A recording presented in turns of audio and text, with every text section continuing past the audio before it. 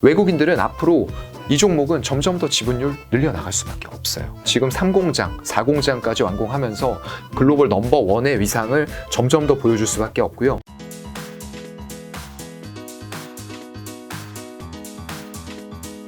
자, 그 다음은요? 네, 그 다음 종목들이 이제 같이 묶어서 보다 보니까 삼성 바이오로직스가 되겠네요. 네, 그거랑 셀트리온 같이 묶어서 볼까요? 네. 일단 삼성 바이오로직스 최근에 여러 가지 이슈들이 나왔고 진짜 글로벌 위상을 역시 삼성이 하면 다르구나라는 부분들을 보여주는 겁니다. 신사업으로서 이제 이런 의약품 쪽을 또 하나의 큰 축으로 삼성 쪽에서 잡고 있거든요. 정말 보시게 되면은 2019년도에 바닥을 잡았죠. 한 26만 원대, 코로나 때는 이제 24만 원대까지도 잠깐 내려갔던 것 같아요. 그 이후에 정말로 끝없이 상승을 하면서 100만 원을 넘기는 황제주의 저력을 보여줬다가 지금은 이제 소폭 조정 구간으로 들어온 것 같아요. 하지만 저는 이제 아까도 말씀드렸던 것처럼 어떤 신약이라던가 바이오 다 좋습니다. 꿈을 먹고 자라는 그런 기업들이겠지만 이런 기업들에 대해서는 상당한 투자 리스크가 동반이 된다는 거예요. 수익을 거두는 만큼의 리스크도 반드시 투자에는 따르기가 마련이거든요. 하지만 이런 기업들은 엄청나게 지금 자리에서 중장기적으로 놓고 보면 정말로 크게 움직일 수도 있겠지만 당장의 어떤 단기적인 움직임들이 정말 뭐 수익을 50%, 100% 이렇게 내고 볼 만한 기업들은 아니잖아요, 솔직히요. 왜냐하면 시가총액 자체가 많이 올라와 있는 상태이기 때문에 중장기적으로 놓고 보시는 성향에 조금 더 적합하다라고 보이고요. 하지만 어떤 그 위탁 생산의 저력 정말 대단한 기업입니다. 엄청난 기업이고요.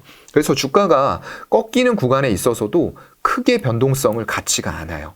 네. 여기 보시게 되면 이 정도 2020년도에 고점이었는데요. 여기에서 계속 막히죠. 윗꼬리를 달고 막히고 이게 86만 원대 정도 됐었습니다. 또 2020년 말에 12월 달에도 시도를 하다 또 막혔고요. 2021년 1월 달에도 시도를 하다 막히더니 이제 음봉 연속으로 3개가 나왔다가 여기에서 또 막혀요. 5월 달에도 고점은 상당히 좀 높이 올리면서 95만 원대까지 갔지만 월봉상의 종가상으로는 자꾸 하회하는 모습들이 이 지점에서 나타났다는 거예요. 근데 이제 2021년 7월 달이 되니까 어떤 백신의 위탁 생산들이 점점 더 많아지고 이런 과정에서 100만 원을 돌파하는 시그널들이 나왔고요. 이제는 이게 86만 원대가 2020년도하고 2021년 초에는 저항대였는데 이게 2021년 한 6월 달 정도가 되니까 저항대가 더 이상 아니게 된 거예요. 돌파하면서 한번 주가가 레벨업된 이후에는 음봉이 생겼지만 이 지점에서는 지지를 받고 또 올리죠. 이게 또 10월 달에도 길게 뺍니다. 하지만 월봉상으로는 또 그 위쪽으로 맞춰놔요. 종가상으로는요. 그 이후에도 계속적으로 밑꼬리를 달면서 이게 86만 원대가 지지선이 돼버린 거예요. 더 이상 삼성 바이오로직스의 주가는 86만 원 밑으로 가는 것은 용납하지 않겠다라는 그런 의지들을 좀 보여주고 있습니다. 근데 그걸 누가 보여주느냐? 이게 외국인들이 결국엔 또 보여주고 있는 거예요. 이런 주가의 상황들과 또 비슷하게 움직이죠. 이게 한 10%를 넘어가기 시작을 하는 구간들이 2020년도에 또 발생이 되기 시작을 한 겁니다. 그러면서 외국인들은 앞으로 이 종목은 점점 더 지분율 늘려나갈 수밖에 없어요. 왜냐하면 세계 최고의 생산시설, 지금 3공장, 4공장까지 완공하면서 정말로 세계 탑 글로벌 넘버원의 위상을 점점 더 보여줄 수밖에 없고요. 거기다 더불어서 단순 위탁 생산만 하지 않습니다. CDMO라고 해서 위탁 개발 생산까지도 할 수 있는 능력을 갖추고 있고요. 비상장 회사긴 하지만 삼성 바이오에피스라는 회사와 더불어서 이런 부분들의 어떤 신약 개발 시너지까지도 낼 수가 있다는 거예요.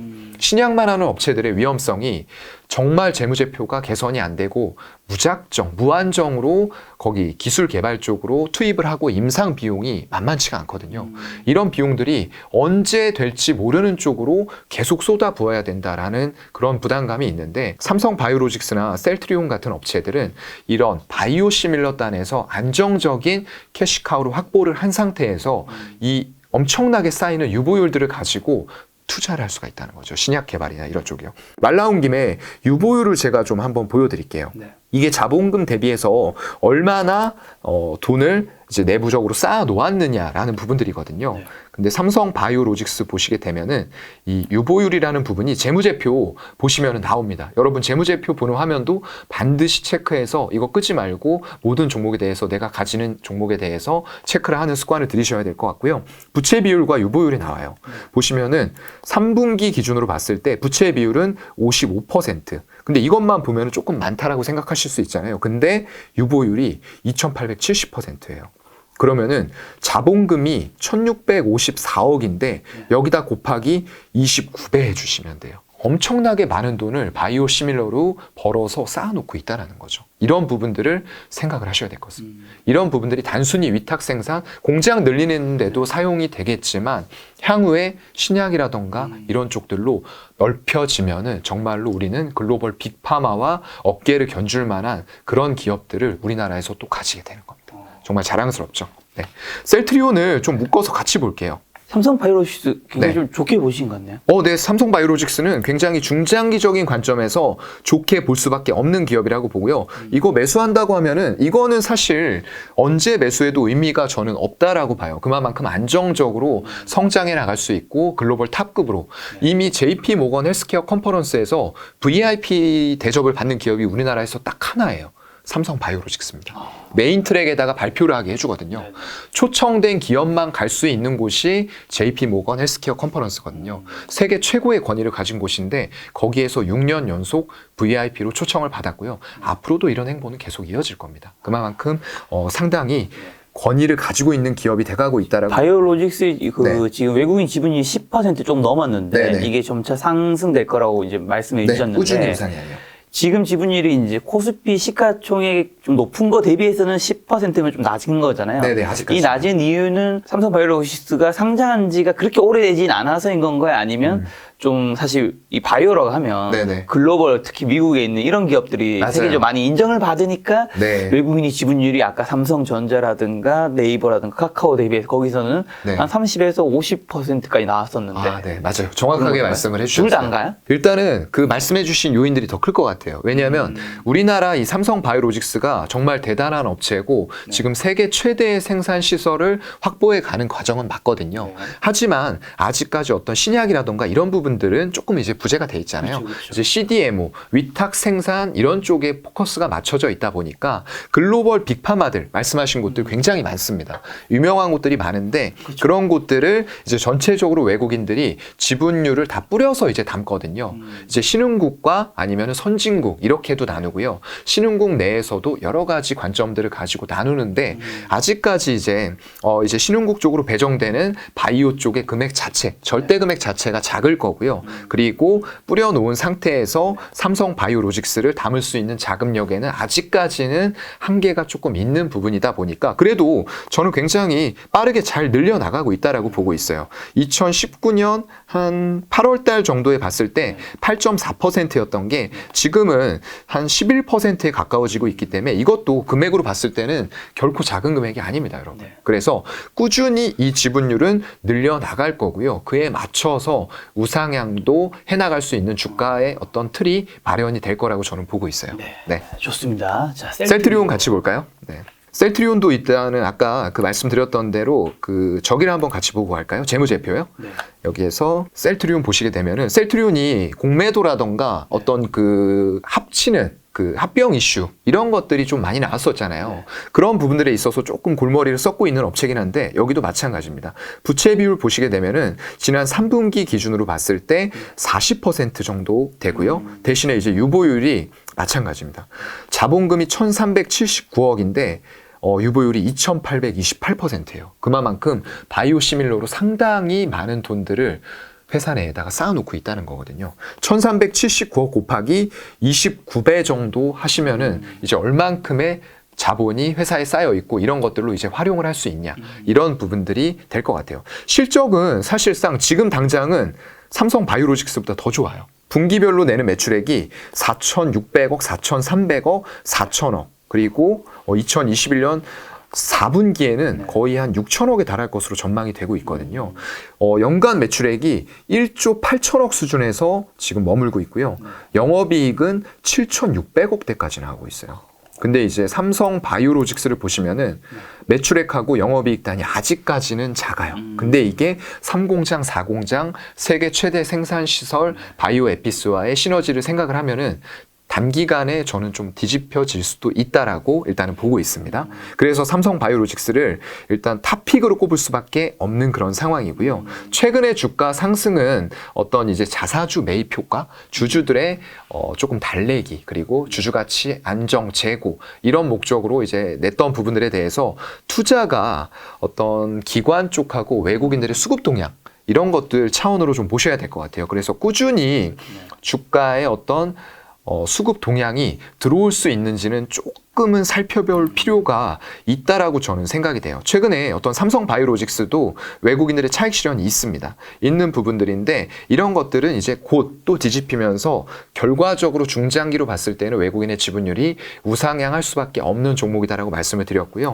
셀트리온 같은 경우에는 굉장히 이제 좀 골머리를 썩고 있어요, 사실상. 근데 최근에 이제 상승은 아까 말씀드렸던 그런 요인들과 더불어서 외국인들의 매수세가 좀 강화가 되고 있는 부분들, 그리고 그 안에 기관들도 좀 매수세가 붙었었거든요. 근데 오늘은 또 끝나고 나서 보니까 금융투자 정도를 제외하고는 일단은 또 매수세가 조금은 부재돼 가는 모습들. 사모펀드에서는 163억을 매도를 했고요. 외국인들이 오늘 한 100억 정도를 금융투자와 같이 한 180억 정도를 둘이 매수를 했네요.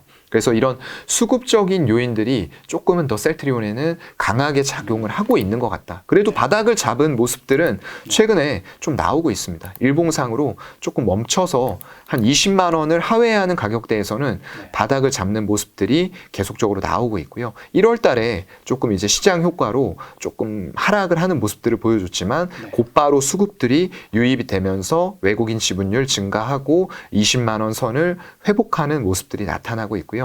그래도 삼성 바이오로직스가 결국에는 이런 매출액과 영업이익을 뒤집을 수밖에 없는 환경이기 때문에 바이오시밀러 조금 안정적인 나는 의약품 쪽에 투자를 하고 싶다라고 하시는 분들은 탑픽으로서는 삼성 바이오로직스를 꼽아드릴 수밖에 없는 상황이고요. 셀트리온의 어떤 뭐 신약이라던가 이런 부분들에 대한 개발 능력들은 충분히 쌓여진 유보율을 가지고 해나갈 수가 있는 부분이기 때문에 셀트리온도 같이 놓고 보시되 수급적인 요인들은 조금 크게 좌지우지 될 수가 있다라는 부분들 좀 같이 봐주셨으면 좋겠습니다. 자, 다음은 이제 아주 좋게 보셨던 2차 전지 섹터죠. LG화학이랑 삼성 SDI가 이제 시가총액 10위 안에 들어가 있다. 네, 몰려 있습니다. 근데 이제 LG화학은 조금 물적 분할 이슈가 있는 그런 거의 상황이죠. 다 다가왔죠, 이제. 맞아요. 1월 27일 날 상장합니다. 지금 이제 그 공모가 지금 들어온 상황인데 보게 되니까 1경이라는 숫자가 나오더라고요. 1경이요? 네, 1경 들어보셨죠? 그 왜 저희가 이제 공부할 때 1조담 1경인가요? 네네. 저희 1조의 만배예요. 예전에 저희 이제 공부할 때 외워서 이렇게 했었어요. 1만 억조 경의 항아사 아승지 이런 식으로 나갔거든요.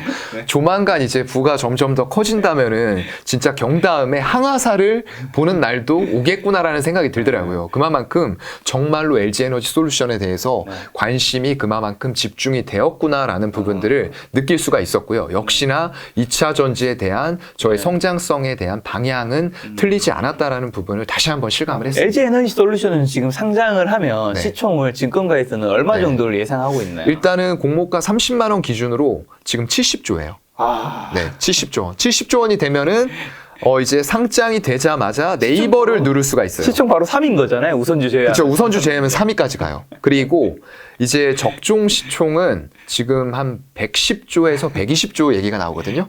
그렇게 되면 하이닉스를 뛰어넘습니다. 이렇게 되면 그 동종 업계에 있는 삼성 SDI라든가 SK이노베이션이 마치 싼 것처럼 느껴질 수도 있는 거 아닌가요? 예, 그런 착시 효과가 생길 수도 있는데 그만큼 LG에너지솔루션의 위상이 대단하다라고 또 생각을 할 수도 있을 것 같아요. 지금 뭐 삼성 SDI를 잠깐 말씀해 주셨는데 그쪽은 순수 2차 전지 비중이 굉장히 좀 이제 LG에너지솔루션에 비해서는 낮은 편이고요. 그리고 이제 전자 재료 쪽으로도 매출이 일어나고 있기 때문에 순수하게 물적 분할 평가를 해서 오로지 2차 전지에만 집중을 하는 부분에 있어서는 LG 에너지 솔루션이 그만큼의 가치 평가를 높게 받을 수밖에 없는 부분들이에요. 네. 그래서 이제 삼성 SDI 쪽의 밸류랑 네. CATL의 밸류를 고민하는 부분들이 굉장히 많고요. 이번에 이제 LG 에너지 솔루션에서도 가치 평가를 함에 있어서 네. 이걸 과연 중국 쪽의 로컬 업체인 CATL의 어떤 EV 에비타라는 부분들 가치 평가를 하는 지표인데 숫자가 낮을수록 좋습니다. 네. 그래서 이거를 지금 올해 기준으로 봤을 때 CATL이 34배 정도를 받고 있어요. 근데 삼성 SDI는 17배 정도를 받고 있습니다. 딱 반의 가치 평가를 받고 있는 거예요. 삼성 SDI가요. 그렇다고 하면은 LG 에너지 솔루션을 떼어내가지고 완전하게 배터리 업체로 바뀌는데 이거에다가 17배를 적용을 해야 될 것이냐, 34배를 적용을 해야 될 것이냐라는 문제로 귀결이 되거든요. 근데 저도 이제 17배는 맞지가 않다라고 생각을 하고요. 그렇다고 해서 이제 CATL에 34배를 온전하게 적용을 당장 하는 부분도 조금 어려울 것 같아요. 그렇다고 하면은 한 25배 정도는 그래도 적용을 받아야 된다라고 생각을 하고요. 이제 그런 부분들이 됐을 때 나오는 시총이 한 120조 정도 얘기가 나오고 있는 것 같거든요. 그래서 그런 부분 때문에 이제 LG화학이 굉장히 좀 곤욕을 치렀잖아요. 이게 물적 분할을 해서 떼내서 하게 되면은 LG화학에는 정말 이제 뭐가 남느냐라는 얘기들이 나왔던 겁니다. 근데 이제 다행히 뭐 화학 쪽이 또 이 2차 전지를 기반으로 하는 쪽들이 화학 업종에 굉장히 많이 몰려 있어요. 그래서 소재라던가 이런 쪽들로 발전을 하고 결국에는 어떤 시너지 효과들이 분명히 나올 겁니다. 이게 화학 쪽에서 2차 전지를 하면서 LG 에너지 솔루션으로 공급을 할 수 있고 같이 협력해서 개발할 수 있고 이런 부분들이 분명히 있기 때문에 아예 순수 전통 화학 쪽에 밸류를 받던 그 시대로 돌아갈 건 아니라는 얘기겠죠. 그래서 최근에 주가가 굉장히 지속적으로 급락을 했어요. 마찬가지로 2021년 1월, 2월 달에 황제주가 됐습니다. 100만 원을 넘기는 파동들이 나왔는데 물적 분할 얘기가 나오기 시작을 하면서 이제 또 화학 쪽에 마침 피크아웃 얘기들도 같이 나왔었죠. 그런 부분들이 주가를 누르는 요인들이 됐는데 누름에 있어서도 외국인들이 지분율을 줄이지가 않았어요. 100만 원 갈 때 외국인들 지분율이 44%에서 45% 정도 됐거든요. 근데 주가가 꺾이는 과정에 있어서도 꾸준히 우상향을 시키고 최근 들어서 주가가 정말 61만 원까지 왔을 때에도 외국인 지분율이 46% 이상이었습니다. 거기다가 최근에 이제 물적 분할이 완전히 얘기가 나왔고 했음에도 불구하고 아까 말씀드렸던 그런 LG 에너지 솔루션과의 어떤 시너지 효과 그리고 화학 업종이 또 경기 민감주 성격으로서 어떤 사이클을 탈 수 있다라는 부분들이 반영이 된 거라고 저는 좀 생각을 하는데 그런 부분에 있어서 1월 달 들어서 오히려 좋아졌죠. 네. 굉장히 시장이 안 좋았음에도 불구하고 이런 경기 민감주들이 움직이는 게 있었는데 이걸 이제 누가 주도했냐를 봐야 될 것 같아요. 결국에는 지분율이 정체되어 있던 외국인들이 또 지분율을 늘리면서 이거 뭐 거의 지분율이 사상 최대로 계속하고 있는 거예요. 네. LG 에너지 솔루션을 떼어냄에도 불구하고 그게 다가왔음에도 불구하고 늘리는 과정들이 들어오고 있고 투자 동향 보시면은 뭐 나오겠죠. 12월 27일부터 외국인들이 하루도 안 산 날이 없었는데 갈수록 매수 강도가 강해지고 있다는 거예요. 네.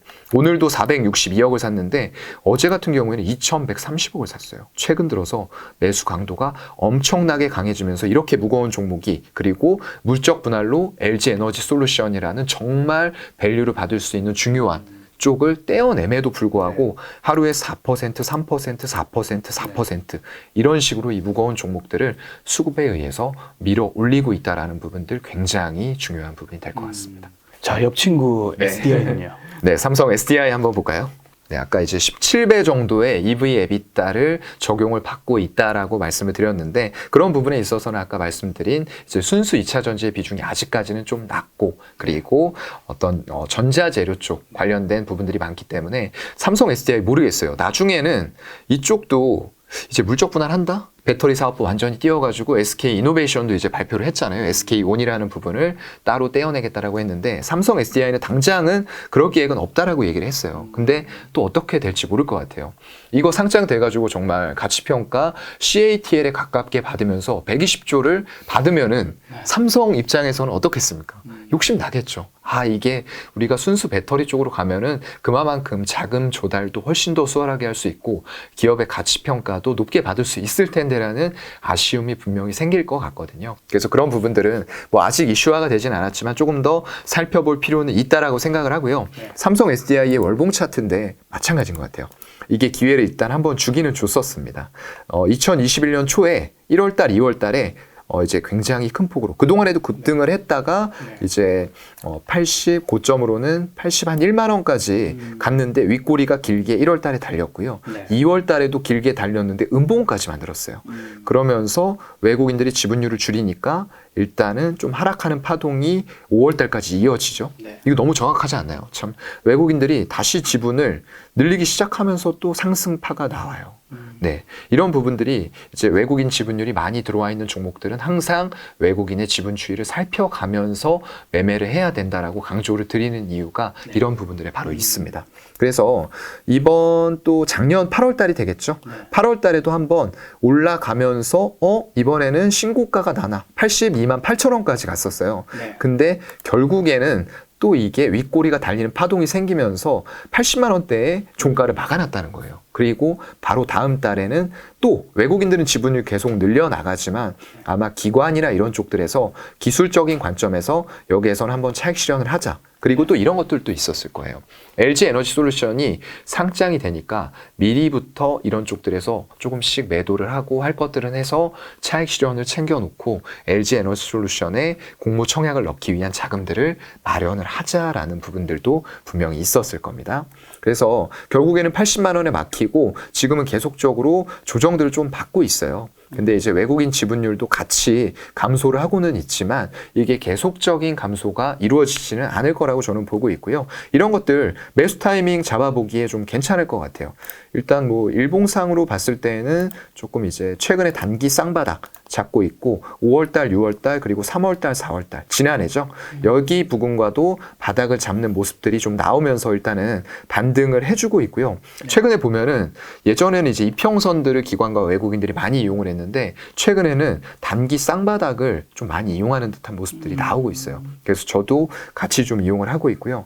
투자 동향을 잠깐 보시게 되면은 역시 외국인들은 계속적으로 줄여나가는 모습들을 많이 보여주고 있는데 이제 주로 올리고 있는 부분들은 투신, 연기금, 사모펀드 그리고 금융투자가 가끔씩 합세하고 단기적으로 얘네는 매수 차익 거래, 매도 차익 거래를 반복을 해요. 이런 부분들은 조금 주의를 하셔야 되기 때문에 금융투자보다는 기관의 매매 현황을 보실 때에는 투신, 연기금, 사모펀드 무조건 이쪽이에요. 이쪽이 삼끌이 매수를 해주고 외국인까지 붙으면 정말 이거는 환상의 조합이다라고 보시면 될 것 같고요. 외국인들이 판다 하더라도 그 일정 물량들을 투신이나 연기금, 사모펀드가 받아가는 그런 수급이 보인다라고 하면은 단기적으로 트레이딩 하시기에는 괜찮은 구간들이 분명히 나올 거예요. 그래서 삼성 SDI는 그 정도 관점에서 일단은 단기적으로 바닥을 잡고 올라가는 파동들이 있지만 아직 외국인들이 완전하게 돌아선 건 아니다. 혹시나 외국인들이 붙어서 올라간다고 하더라도 한 80만 원을 넘기는 시점에서는 이런 윗꼬리가 달릴 수가 있기 때문에 또 LG에너지 솔루션으로 또 돈이 몰릴 수가 있잖아요. 그런 수급 현상들이 상장이 되고 난 이후에도 1월 27일 상장되는데 그 이후에도 이런 현상들이 또 계속 이어질 수가 있어요. 오히려 삼성 SDI나 SK 이노베이션 조금 더 팔아서 LG 에너지 솔루션 적정 가치가 120조까지 한번 가져가 보자.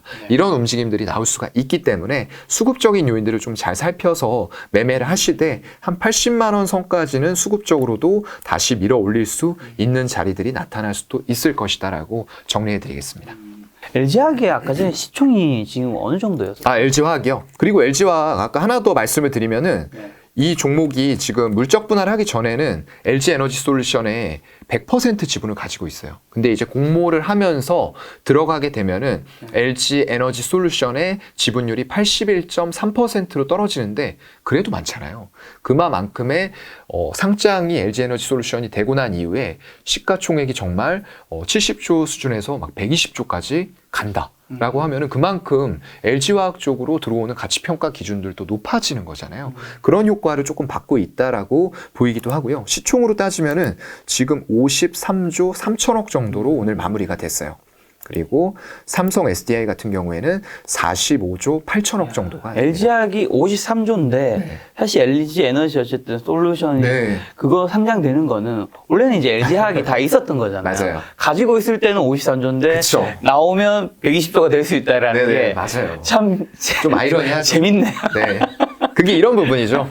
이제 그 전체에서 차지하는 매출 비중을 또 봐야 됩니다. 그렇죠. 이게 이제 2차 전지의 밸류를 온전하게 받기 위해서는 정말로 전통 화학보다도 2차 전지 관련된 매출이 정말 한 80% 이렇게 나왔다고 하면 지금 시총이 아니겠죠. 하지만 이제 그런 부분들이 아직까지 크지 않은 상태에서 이게 크지 않다는 의미는 절대적인 숫자가 크지 않다는 얘기가 아니고요. 이 점유율로 따지면 CATL에 이어서 2위예요. 네, 2차 전지 쪽에서 2위이기 때문에 절대적으로는 숫자는 큰데 전통적으로 해오던 화학 쪽 매출 비중 대비했을 때 이쪽의 2차 전지 비중이 아직까진 그렇게 크지는 않았기 때문에 제대로 가치 평가를 받을 수 있는 밸류를 적용할 수가 없었다라는 관점으로 이해를 해주시면 좋을 것 같고요. 이제 그거를 떼내서 완전하게 난 2차 전지야 라고 하니까 그만큼 같은 실적을 내고 있어도 밸류를 예전에는 뭐 15배, 20배 받던 부분들을 갑자기 이제 뭐 한 30배, 40배로 올려도 괜찮다라는 얘기가 이제 설명이 되는 거겠죠.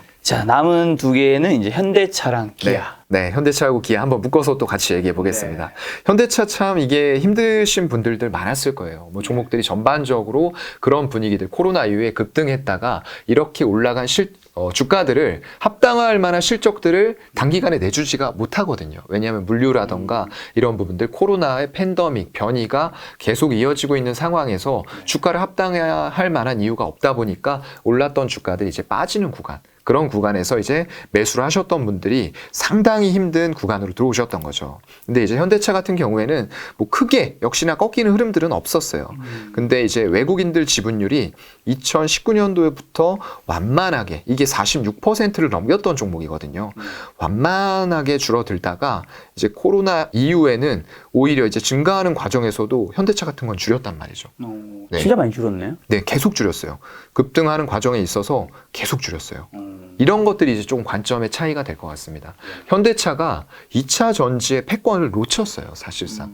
네, 그러면서 이제 수소 쪽을 밀었다가 이번에 또 이제 현대차 제네시스의 수소차를 시장성이 크지 않으니 우리는 이제 당분간 이쪽은 중지를 하겠다라고 또 얘기를 했던 거거든요. 이런 것들을 수소차 쪽보다 오히려 2차 전지 쪽으로 조금 더 집중을 했으면 어땠을까? 뭐 결과론적인 얘기긴 하지만 그런 부분들이 저는 상당히 좀 아쉽게 느껴지고요. 그런 부분 때문에 좀 디스카운트를 받았던 것 같아요. 다른 내연기관차, 뭐 미국 쪽에 포드나 GM 같은 쪽들도 전부 다 마찬가지입니다.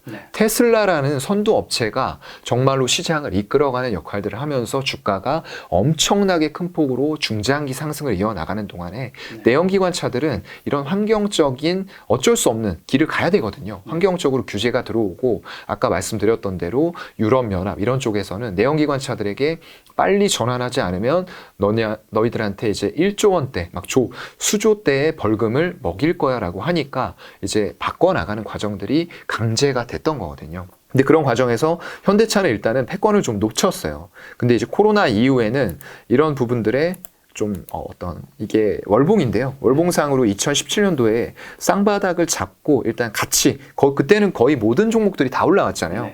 그래서 65,000원대에서 이것도 이제 한 4배 이상 주가가 올라가는 모습들을 보여주다가 최근에는 이제 조금 정체가 되는 모습들을 또 이제 보여주고 있고요. 25만 원대에서요. 올라가려다 막히고 또 올라가려다 막히고 이런 부분들이 계속 나오고 있어요. 근데 이거는 외국인의 수급과는 별개적으로 외국인들은 계속 줄이고 있고 이런 파동들이 나오는 건 이제 기관의 어떤 매수 매도 차익 거래, 단기간에 짧은 자금들을 가지고 운용을 하면서 짧게 왜냐하면 그쪽에서는 또 레버리지를 쓸 수가 있기 때문에 3, 4%의 수익만 나더라도 굉장히 큰 수익을 취할 수 있는 포지션들이 나오거든요.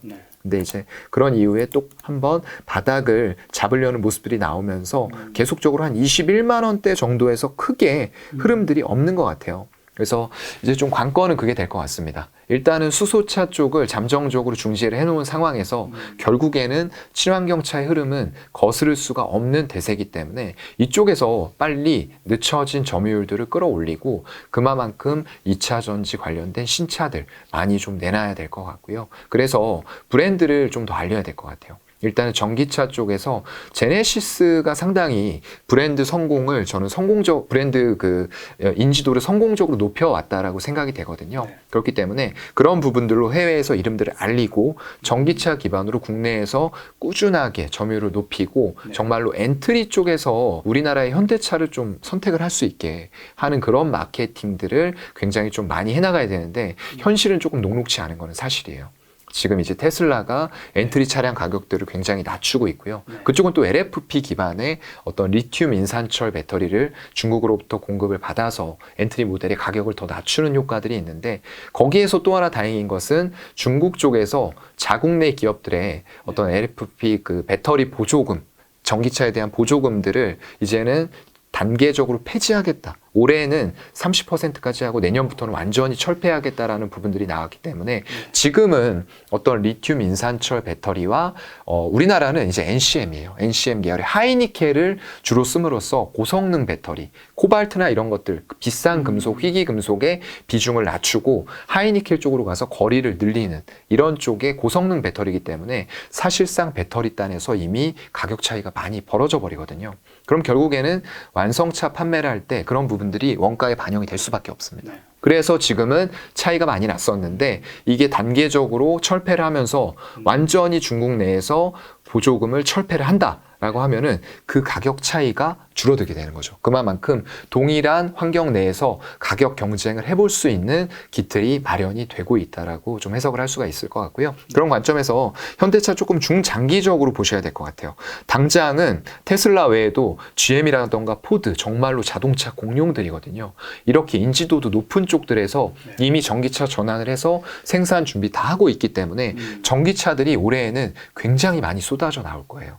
거기다가 리비안, 루시드 같은 업체들도 지금 상장에서 주가들이 급등을 하고 모인 공모 자금들로 생산 캐파 확보하고 정말로 조인트 벤처 열어서 이런 자동차 공룡들과 생산을 협의를 하고 하는 부분들이기 때문에 정말 쉽지 않은 경쟁 환경이 되겠지만 꼭 좀 힘써 주셔가지고 전기차의 비중을 이미 이제 수소차단을 잠정적으로는 좀 밀어놓은 만큼 전기차에서 좀 열을 올리셔서 굉장히 좀 성과를 톡톡하게 내주셨으면 하는 그런 바람이고요.